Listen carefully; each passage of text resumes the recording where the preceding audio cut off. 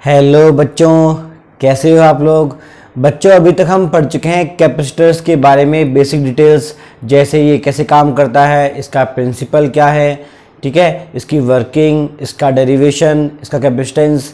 ठीक है बच्चों, आज हम पढ़ेंगे कॉम्बिनेशन ऑफ कैपेसिटर्स। जिस तरीके से 10th क्लास में आपने सीखा था कॉम्बिनेशन ऑफ रेजिस्टेंसेस, कि आगे पास अगर रेजिस्टर वायर हो उनको हम जोड़ेंगे इसमें सीरीज में, तो ऑल ओवर रेजिस्टेंस क्या होता है। ठीक है, तो सेम यही केस होता है। आज हम कैपेसिटर की बात करेंगे। जैसे मान लीजिए मेरे पास ये एक फर्स्ट कैपेसिटर है। फर्स्ट क्या है? कैपेसिटर। ठीक है, इसको मैंने नाम क्या दिया? C1। ठीक है, एज्यूम कीजिए जैसे ये वाला है। ठीक है, ये इसका फर्स्ट वायर और ये कौन सा वायर? Second wire. मतलब ये इसका फर्स्ट वायर और ये कौन सा वायर? Second wire. या हम कहें ये फर्स्ट प्लेट और ये कौन सी प्लेट? Second plate. मेरे पास ऐसा ही एक, मान लो मेरे पास कंडेंसर एक और है। ठीक है, जिसको मैंने शो किया किससे? इससे। मैंने क्या लिखा? C2। ठीक है, इसके भी कितने वायर होंगे? 2 वायर होंगे, जिनको हम कहाँ करेंगे कनेक्ट? यहाँ पे करेंगे। इसको हमने कहाँ कर दिया? यहाँ पे। इसका भी देखिए, ये फर्स्ट प्लेट है और ये कौन सी प्लेट है? सेकंड प्लेट है। ठीक है, तो देखिए इस बेसिस के ऊपर हमने डेफिनेशन दी है। हमने डेफिनेशन दी है सीरीज कॉम्बिनेशन की। ठीक है, हम फर्स्ट पढ़ेंगे सीरीज कॉम्बिनेशन। ठीक है, ये आपने पढ़ा है, ऐसी बात नहीं है। सीरीज कॉम्बिनेशन, पैरेलल कॉम्बिनेशन, ये बहुत ही इजी वे में है। सेम वही केस है, ध्यान दीजिए। तो देखिए ये फर्स्ट प्लेट होगी, ये होगी सेकंड प्लेट। अब देखो हम कैसे बोलते हैं, the combination in which second plate of first capacitor, second plate of first capacitor is connected with the first plate of second capacitor.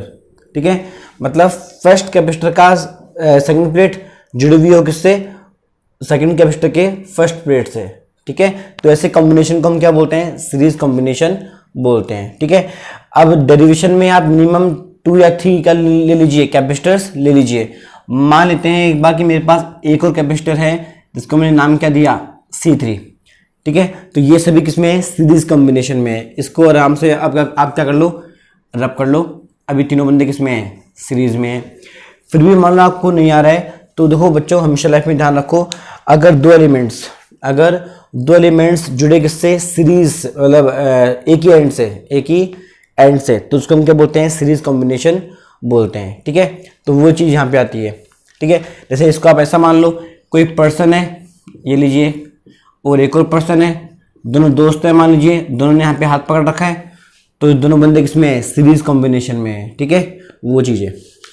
अब देखिए बच्चों, हमें करना क्या है।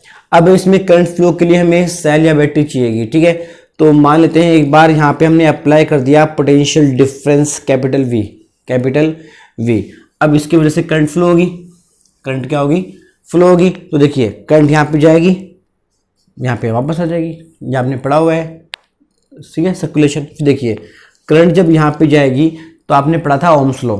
ठीक है, ओम्स लॉ क्या बोलता है? जब किसी एलिमेंट से करंट फ्लो होती है तो उस एलिमेंट के एंड के अक्रॉस क्या प्रोड्यूस होगा? Potential difference.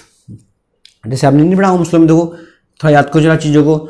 यहाँ के पास रेजिस्टेंस वायर था, 10th क्लास की बात है ये, करंट फ्लो हुई थी, तो यहाँ पे क्या हुआ था प्रोड्यूस? V1, क्योंकि ये क्या था? फर्स्ट रेजिस्टेंस था। ठीक है, R2 होता तो क्या आता? V2। सेम वही केस है, सेम वही। फिर देखिए ये करंट और आगे जाएगी, तो इस पर जो पोटेंशियल डिफरेंस प्रोड्यूस होगा वो कितना होगा? V2। और आगे जाएगी करंट, तो इस पर क्या प्रोड्यूस कर देगी? पोटेंशियल डिफरेंस कितना? V3। पहली बात तो ये। फिर देखिए ये पॉजिटिव है, तो आप ये पढ़ चुके हो, पॉजिटिव कहाँ आ जाएगा? यहाँ पे। नेगेटिव यहाँ पे, एक प्लेट पॉजिटिव, बैटरी के पॉजिटिव की वजह से, फिर नेगेटिव, फिर पॉजिटिव, फिर नेगेटिव, फिर पॉजिटिव, फिर नेगेटिव। मतलब धीरे धीरे ये सभी कैपेसिटर्स क्या होंगे? चार्ज होना शुरू हो जाएंगे। किसकी वजह से? फ्लोइंग करंट की वजह से। अब देखिए यही करंट आई, इसमें फ्लो हो रही है, यही किसमें फ्लो होगी? इसमें फ्लो होगी, यही किसमें फ्लो होगी?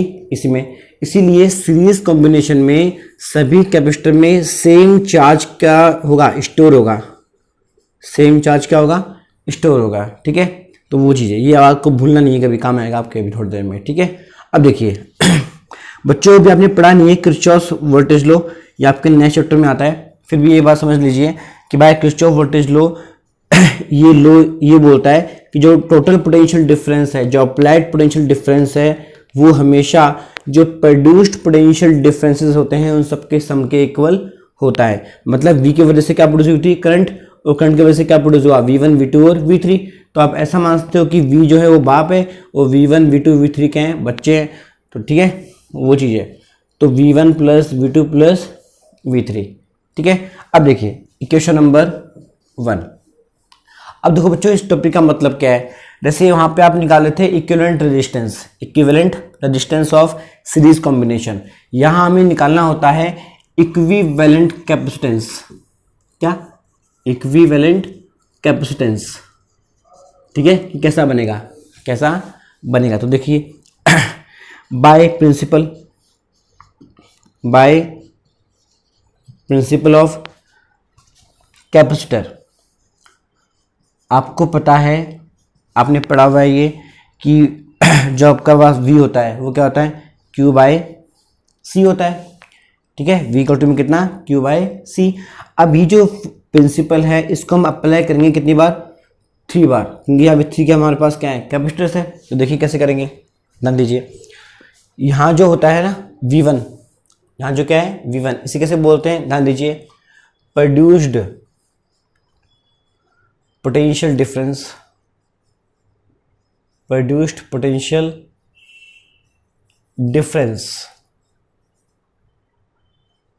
across फर्स्ट कैपेसिटर,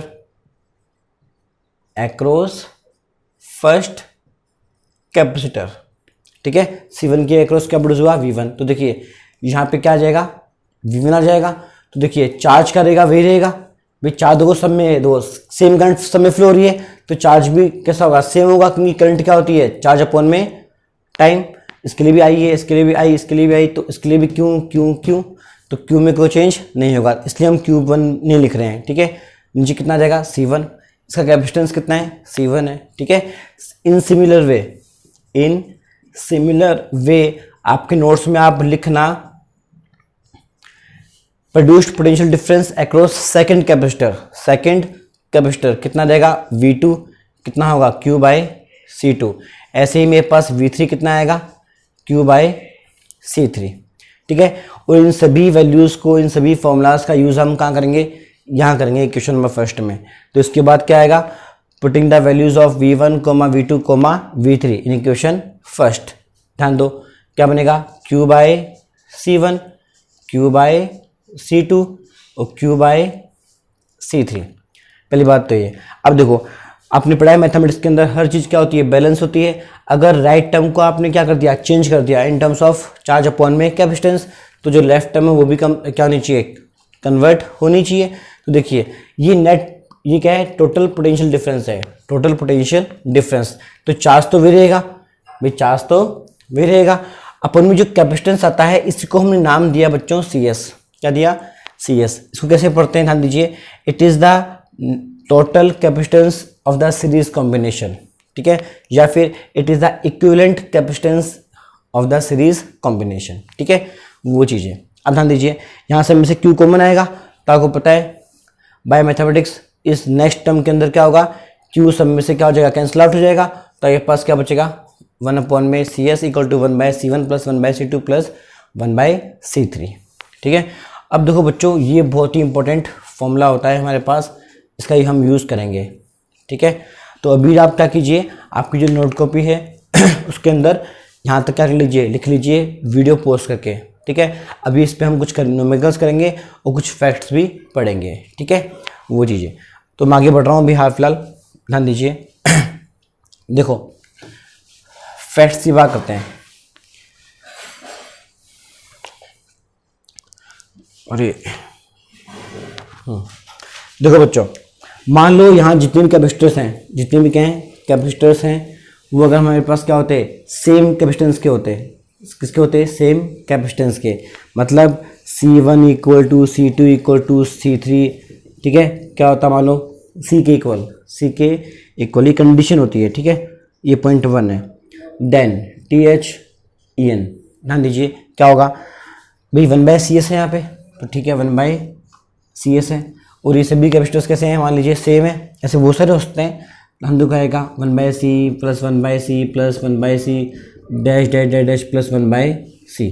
मैंने लिए बच्चों nth टर्म, कौन सी टर्म लिए मैंने, nth टर्म तक लिए, ठीक है, वो चीज़ें। तो देखिए अगर हम लेते हैं ओनली 3 कैपेसिटर्स तो ओनली ये टर्म काउंट होती और आंसर कितना आता 3/c, कितना आता 3/c, ठीक है। लेकिन हमने कितनी लिए, nth टर्म लिए, तो ऊपर नंबर आएगा एक, क्या आएगा नंबर n/c, ये नंबर 4 5 6 कितना भी हो सकता है, ठीक है। और इक्वल किसके है 1/cs के। तो देखिए cs कितना हो जाएगा c/n, रेसिप्रोकल हमें निकालना था cs, तो ये उल्टा हो जाएगा c/n। मतलब क्या होता है कि हम जब सेम कैपेसिटेंस वाले कैपेसिटर्स को जोड़ते हैं सीरीज कॉम्बिनेशन में, तो हमारे पास जो नेट इक्विवेलेंट कैपेसिटेंस आता है वो हमेशा क्या होता है, उनके नीचे क्या कर दो, जितनी टर्म्स जुड़ी हुई हैं, जितने कैपेसिटर जुड़े हुए हैं उस नंबर का आप क्या कर दो, डिवाइड कर दो, आंसर आ जाएगा, आंसर आ जाएगा, ठीक है, वो चीज़ है। तो ये हो गया मेरे पास पॉइंट नंबर 1, इसको भी आप कर लेना, नोट डाउन कर लेना, ठीक है।